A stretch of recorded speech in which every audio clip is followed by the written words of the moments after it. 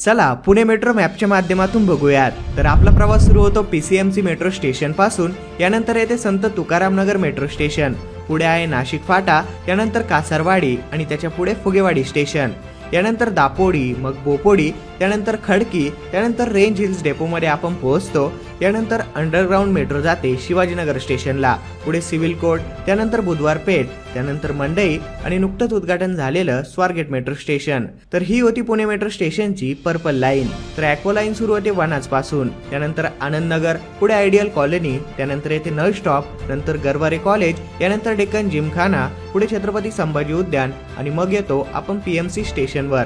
त्यानंतर civil court, Mangalwar Peth, त्यानंतर येते पुणे स्टेशन, पुढे गेल्यावर रुबी हॉल क्लिनिक, त्यानंतर बंड गार्डन, त्यानंतर एरवडा, पुढे कल्याणी नगर आणि लास्ट स्टेशन आहे रामवाडी।